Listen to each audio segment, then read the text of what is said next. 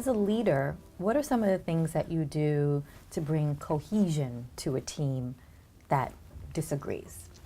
When I hear that people are not getting along about a particular issue, I'm very quick to bring them all together. I don't like when things go underground at all. I don't think that's healthy for the organization. I don't think it solves the problem.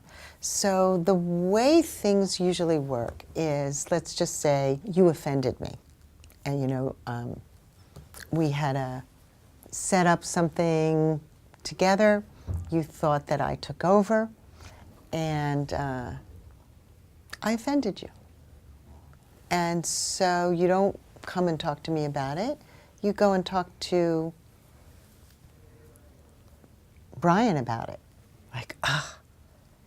Like she said this to me and she acted this way and she was so bossy and I didn't get a word in edgewise and she didn't give me credit for the work that I did. And you go and complain to Brian about it. And then you and Brian go to lunch and somebody else from the workplace comes and then the three of you talk about this incident. And then the three of you, oh yeah, she did that to me too. And then the three of you are in total agreement and you feel a little bit better because other people have agreed with you, but you've done nothing to actually resolve the difficulty with me.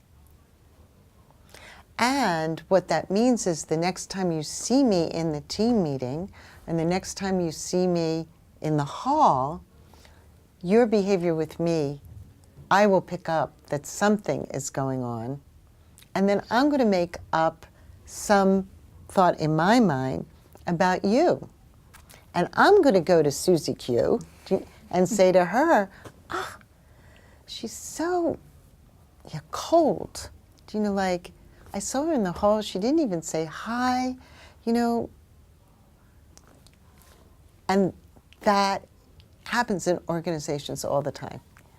So as soon as I get wind of this, I bring the people that are in a sense, that started had the conflict, had the disagreement. I try to bring them together, say what happened, and I basically say, it's really important for the two of you to work together. I need the two of you to work together.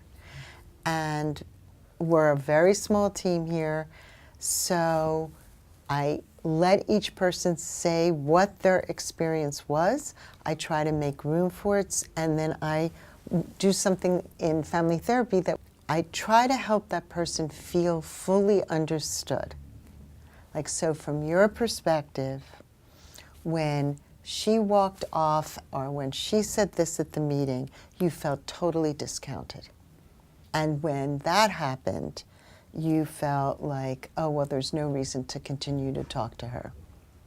And that person usually says yes, and then we go to get the story from the person and sometimes there's an apology.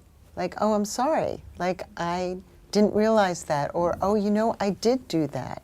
And, I can see how that affected you.